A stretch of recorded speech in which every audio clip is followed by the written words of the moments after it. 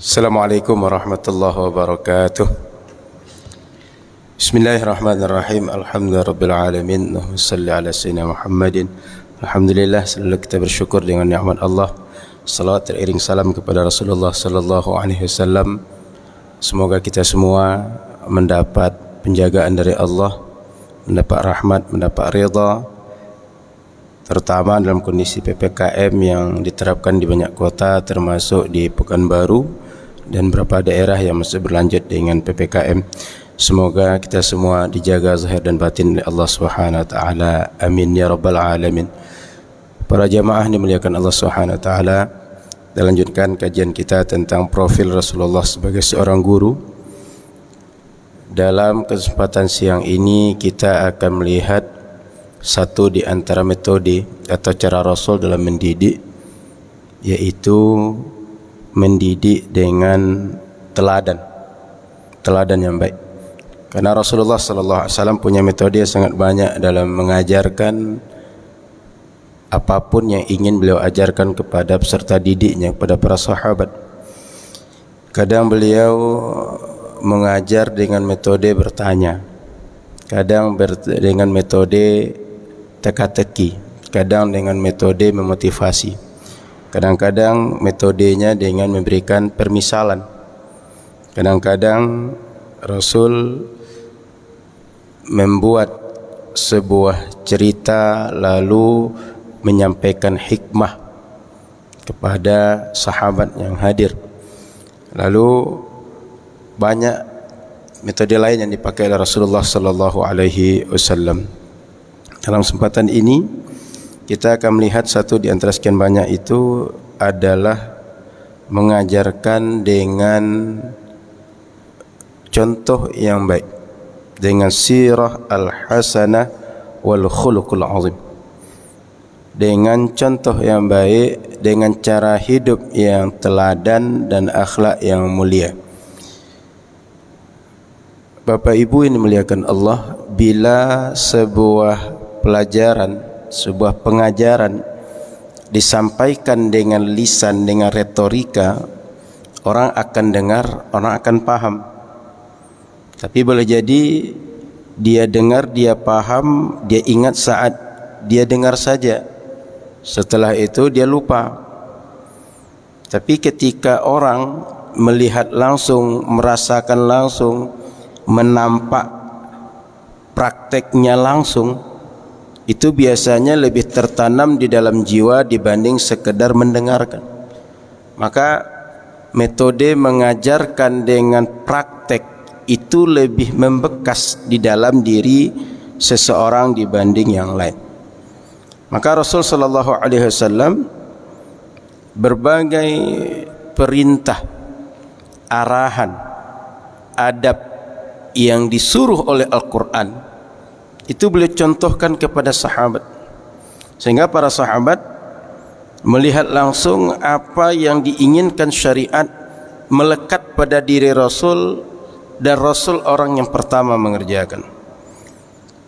Maka Al-Quran kemudian menyebut Rasulullah sallallahu alaihi wasallam, laqad kana lakum fi rasulillahi uswatun hasanah liman kana yarjullaha wal yawmal akhira wa dzakarallaha katsira.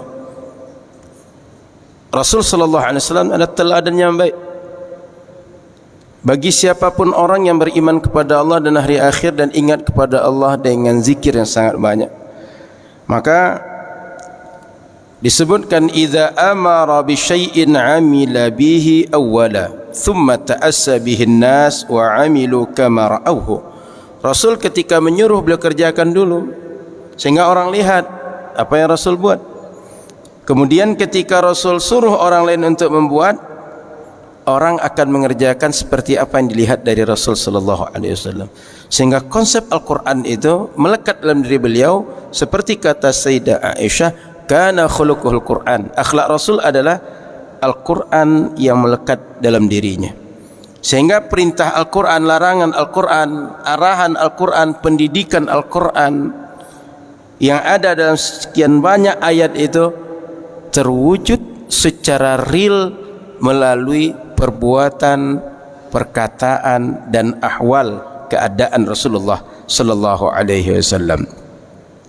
Maka di dalam sejarah ada sebuah kejadian yang menunjukkan bahawa kalau kita memberikan contoh lebih membekas dibanding sekedar memberikan arahan.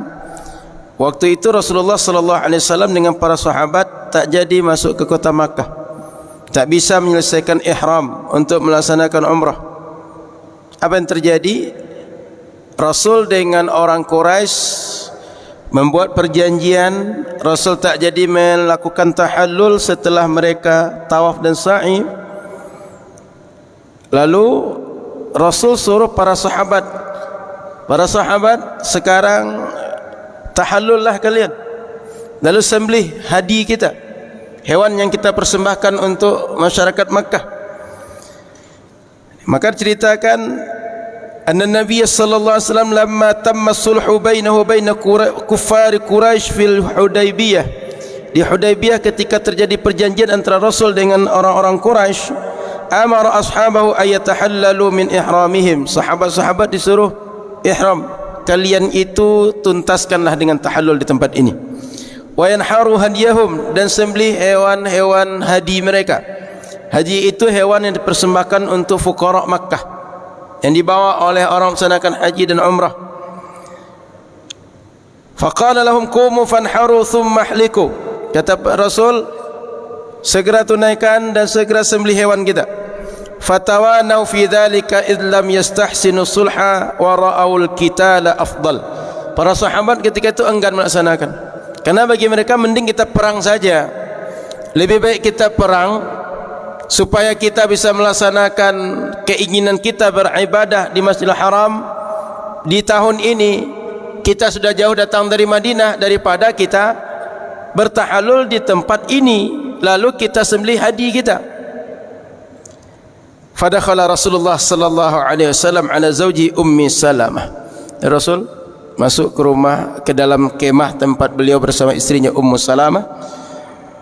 Wa akhbaraha bi takhallufin nasi an amrih. Lalu Rasul cerita, ini kenapa ya para sahabat enggak mau melakukan apa yang aku suruh, enggan mereka untuk tahallul.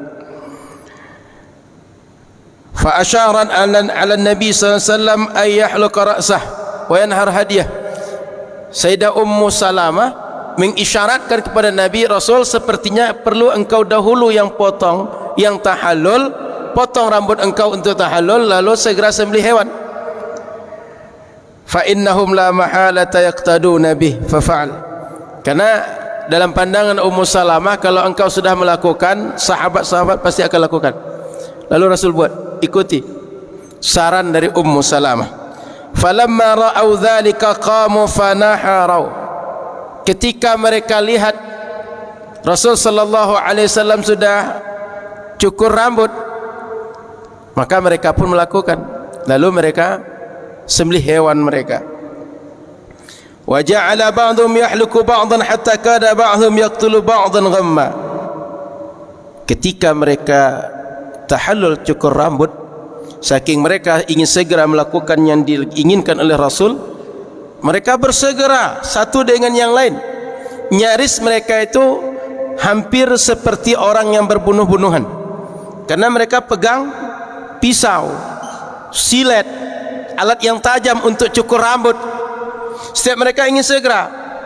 Apabila orang buru-buru, maka kesannya bisa jadi dia sedang menghadapkan pisau atau silet kepada orang lain seperti hendak membunuh. Kesannya begitu.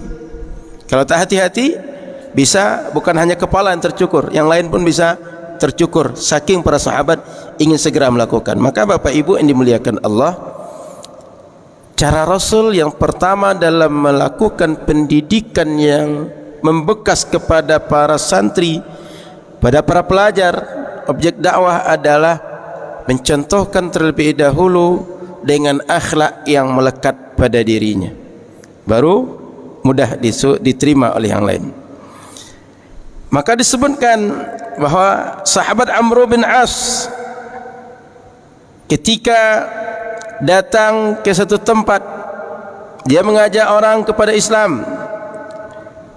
Lalu dia bercerita, laqad dallani ala hadha an-nabiy al-ummi annahu la ya'muru bi khairin illa kana awwala akhidhin bih.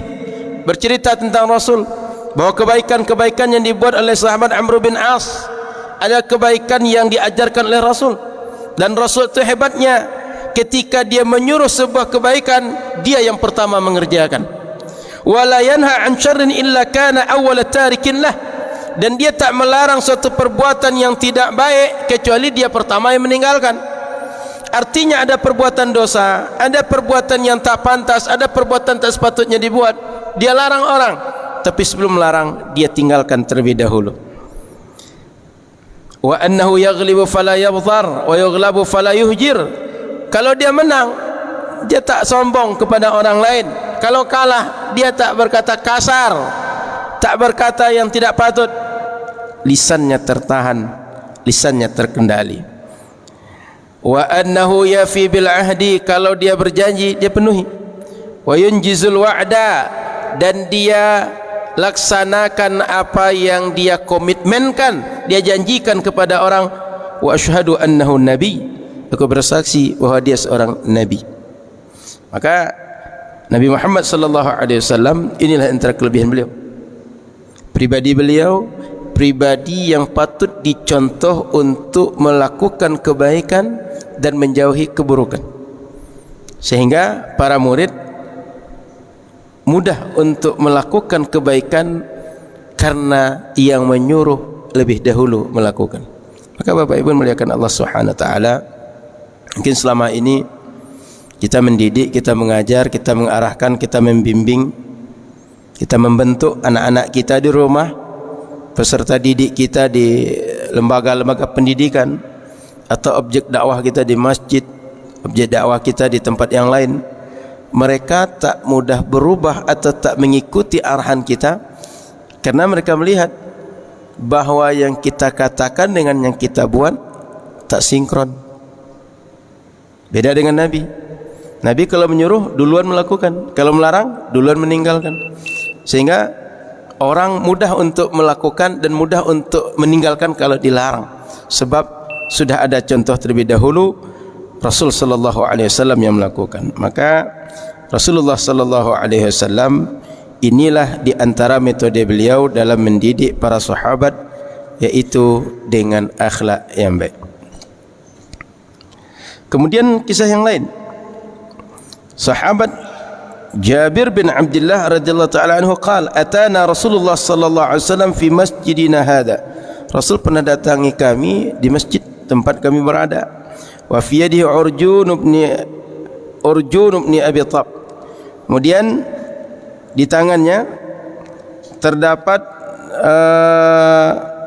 seperti tunas dari kurma di Madinah.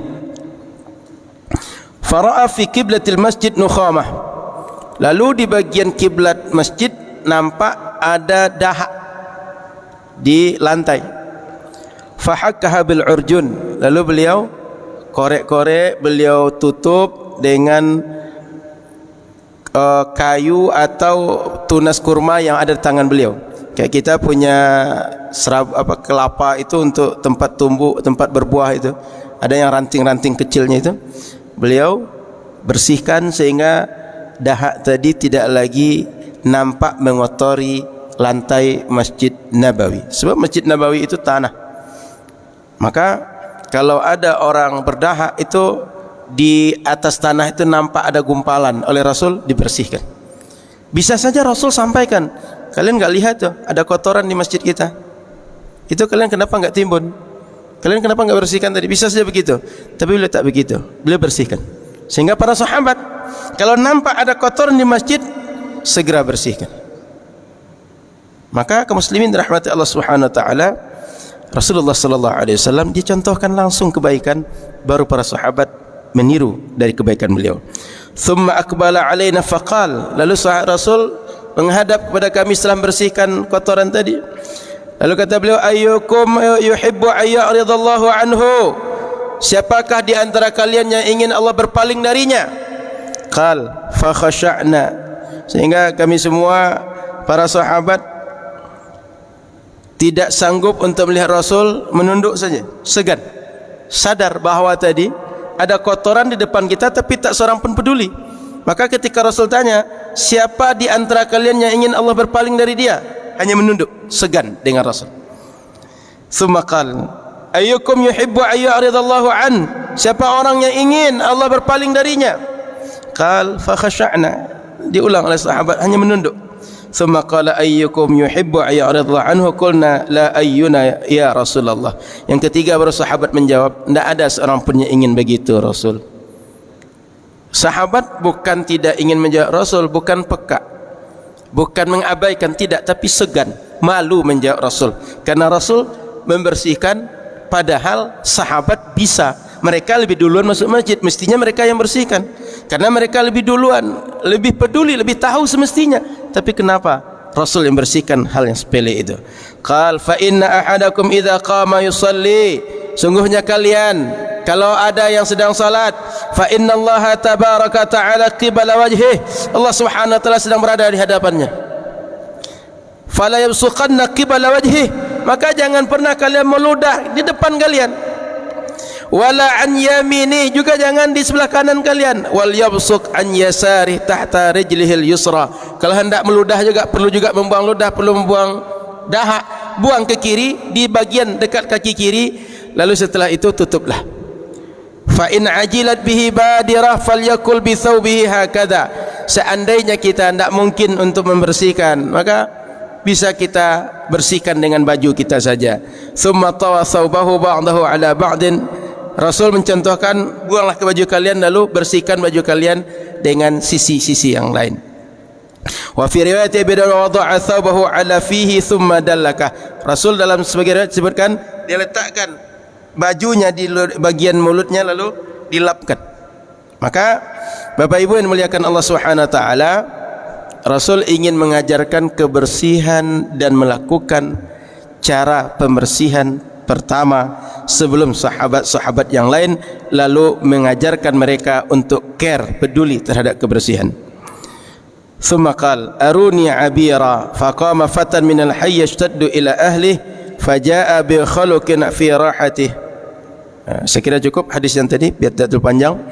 Maka Bapak Ibu rahmati Allah Subhanahu wa taala, saya kira hadis tadi jelas bahwa Rasul ketika mencontohkan sebuah perbuatan baik, ingin mengajarkan orang kebersihan, beliau dahuluan melakukan.